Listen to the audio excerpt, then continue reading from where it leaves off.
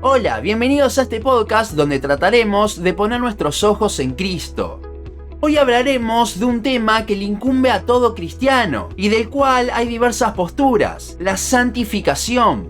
Si usted me conoce y ha escuchado algunos capítulos del podcast antes, sabrán que yo suelo empezar con un versículo que hable del tema que tocaremos hoy. Pero como la palabra está repleta de versículos sobre la santificación, los iremos viendo a medida que hablamos del tema. Primero, para comenzar, debemos definir a qué es a lo que nos referimos cuando hablamos de santificación. En la salvación, cuando somos declarados justos delante de Dios, esto es la justificación, somos declarados santos. Esta es nuestra posición en Cristo. Hemos sido santificados posicionalmente delante de Dios en Cristo. 1 Corintios 1:2. Ahora, si usted lee ese versículo, justo luego de decir que Dios nos santificó, habla de que también nos llama a ser santos. ¿Hay una contradicción entonces? No. Delante de Dios, cuando nos encontraremos con Él por el sacrificio de Cristo y porque gracias a eso estamos en Él, somos santos. Esa es nuestra posición.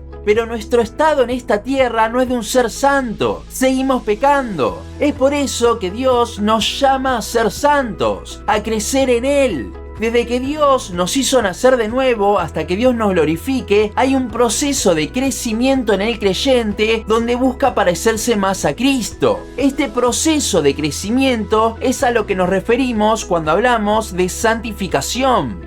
Al principio dijimos que hay distintas posturas, y una justamente niega lo que dijimos antes. Solo se centran en la posición ante Dios, lo cual hace que en esta tierra puedas vivir como quieras, que ese proceso de crecimiento no importe. La realidad es que eso es totalmente antibíblico, porque una y otra vez en la Biblia veremos que Dios nos llama a crecer, y hay un cambio en el creyente que se va reflejando cada vez más, con sus altos y bajos obviamente, no siempre es perfecto hacia arriba, pero es eso, un proceso. No es que esperamos quietos a que en un punto Dios nos glorifique de una forma sobrenatural como sostiene el quietismo. Negar el crecimiento, el proceso de santificación en el creyente, es volver a lo que Juan o Pablo refutaron sobre los gnósticos en algunas de sus cartas. Ellos creían que no importaba cómo vivieses, a lo que los apóstoles refutarán con el Evangelio. Y eso puede llevar también a una postura liberal en cuanto a la santificación, que básicamente dice que Dios obra, nos santifica y niega totalmente la responsabilidad del hombre, haciendo que el creyente pueda vivir como el mundo, sin usar los medios de gracias. Total, Dios hará la obra.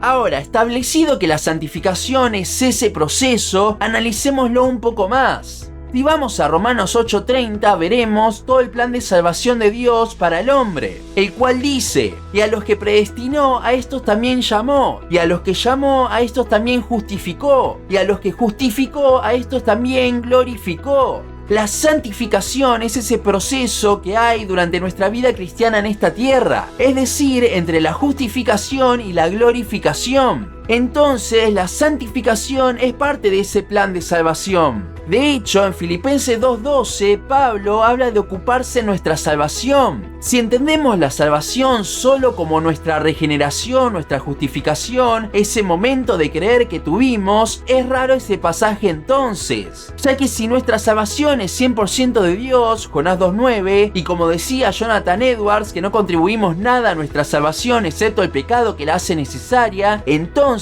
es complicado que nos ocupemos de la misma, sobre todo también porque Pablo se está dirigiendo a creyentes que ya han sido salvos. Sin embargo, si entendemos la salvación como todo ese plan y teniendo en cuenta que ahora estamos en ese proceso de santificación, tiene sentido que el apóstol nos invite a ocuparnos en la misma, en ese proceso. También tiene sentido que los ponga como sinónimos, ya que la santificación es parte de todo ese plan de salvación que Dios tiene para nosotros.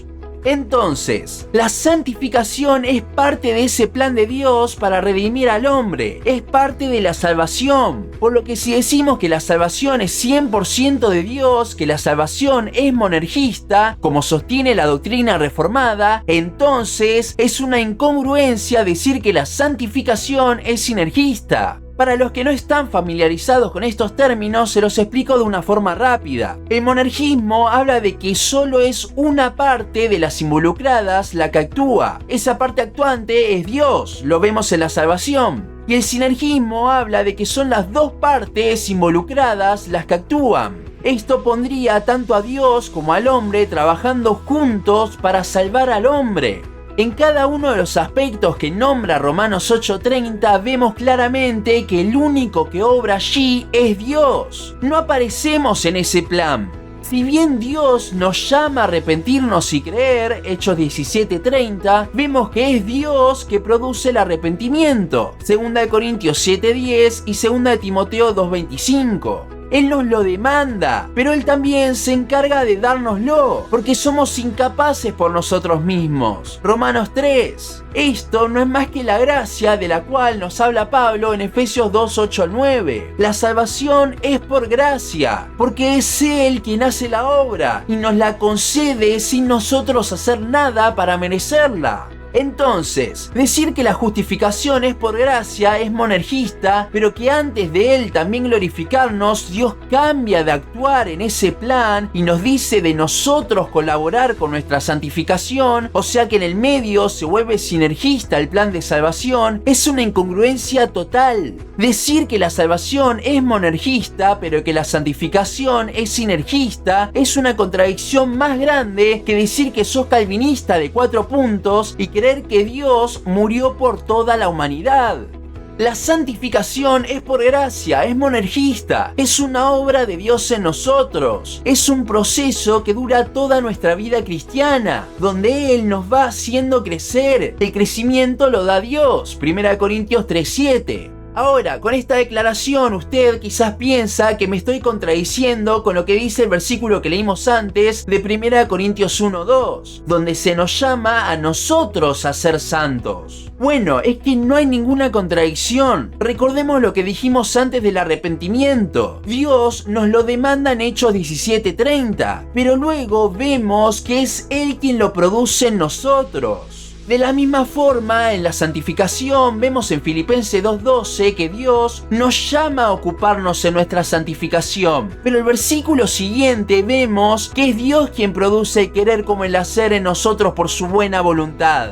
Efesios 2:10, luego de hablar de que la salvación es por gracia, no por obras, nos habla de que es Dios mismo quien preparó las obras para que anduviésemos en ellas. Esto no se refiere a que Él nos dio un manual para que sepamos cómo movernos, sino que Dios las preparó. Esta es la misma palabra en el original que se utiliza en Romanos 9:23 para decir que Él nos preparó para salvación, nos predestinó, lo cual habla de un decreto, no una guía. Lo que Dios decreta se hace, punto. Si no, tendríamos serios problemas con nuestra predestinación. Dios es el que produce en nosotros las buenas obras. Con esto hay que tener algo de cuidado igualmente, porque se pueden confundir con el punto de vista monergista quietista o también con el liberal que vimos antes, pero nada que ver. Como dijimos, la santificación produce obras en nosotros. El obrar de Dios se va viendo. No es que somos quietistas y no hacemos nada. Tampoco es que nos santificamos por nuestras obras, sino que Dios obra en nosotros, lo cual nos mueve a actuar. El sinergismo pone las obras antes de la santificación, siendo ellas las que la producen. Al monergismo quietista ni le interesan las obras, simplemente espera. Y al liberalismo tampoco le importan las obras. Y si vamos al caso, tampoco le importa la santificación. Pero en la Biblia vemos que es primero Dios obrando, creando en nosotros obras de justicia. Esto lo vemos muy en claro en Levítico 27:7-8, que dice: santificaos pues, y sed santos, porque yo Jehová soy vuestro Dios, y guardad mis estatutos y ponedlos por obras.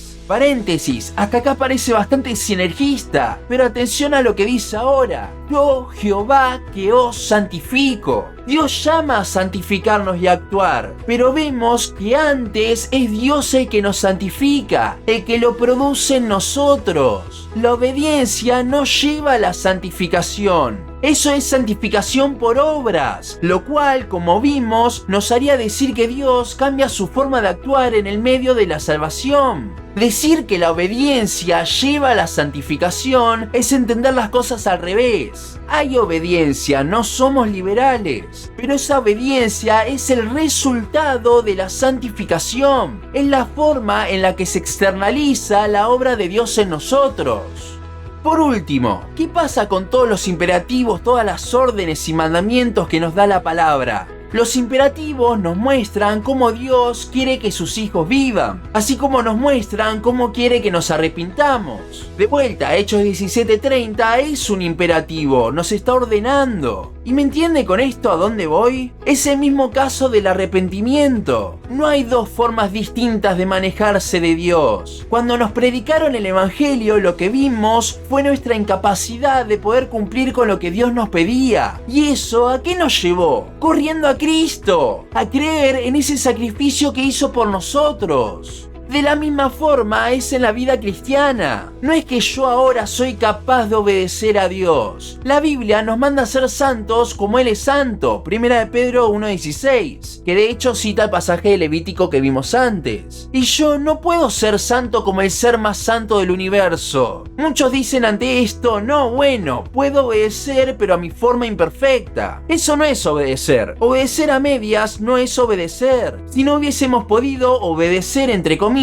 a la ley. Antes yo, como cuando creí en el Evangelio, veo mi incapacidad y voy corriendo en dependencia a Cristo. Que sea Él quien obra en mí, quien me santifica y quien produce obediencia, buenas obras en mí. Que sea Él quien se lleve la gloria. Decir que ahora podemos obedecer a Dios es no vivir en dependencia a Él. Es decir que el Evangelio ya no es necesario para el día a día del creyente. Es un pensamiento de empoderamiento totalmente mundano, antibíblico, peligroso, porque a lo único que lleva es ahora centrarme en mi conducta, en mi obediencia, en mi santificación, en lugar de centrarme en el Evangelio, en Cristo. Me estoy centrando en mí, no en Él. ¿Y dónde lo veo esto en la Biblia? Primero en Romanos 7, donde vemos la lucha tremenda del apóstol Pablo, su incapacidad, la cual lo lleva luego a escribir Romanos 8, viendo la tremenda obra del Evangelio. ¿Ves? El Evangelio es nuestro motor ante nuestra incapacidad, es lo que nos impulsa, es la obra de Él la que nos mueve. No somos nosotros, es todo de Él. Para terminar, quiero cerrar con un ejemplo que me dio hace unos días el pastor Sugel Michelén. Cuando lo vi, le pregunté en persona sobre si soy capaz de obedecer a Dios o no. Él me lo dijo de la siguiente forma. Supongamos que estás enfrente de un río caudaloso y Dios te ordena cruzarlo. Vos vas a decir que no podés, pero Dios te sigue ordenando que lo hagas. Entonces, ¿qué haces? Vos vas, pero no confiando en que vos podés, sino confiando en Dios, en que si Él te lo dijo, Él lo va a hacer posible. Y cuando empezás a cruzar, Él va poniendo piedras debajo tuyo. En este ejemplo que me dio, si nosotros hubiésemos creído que podíamos, el río nos hubiese llevado totalmente. Por más iniciativa e intencionalidad que hubiésemos tenido, nos hubiésemos muerto. Cuando Cristo murió por nosotros, Él restauró nuestra relación con Dios. Y es por medio de esa comunión, usando los medios de gracia, que ahora, ante mi incapacidad de obedecer, porque sigo siendo incapaz, puedo depender de Él. Esa es la diferencia entre un no cristiano y un cristiano.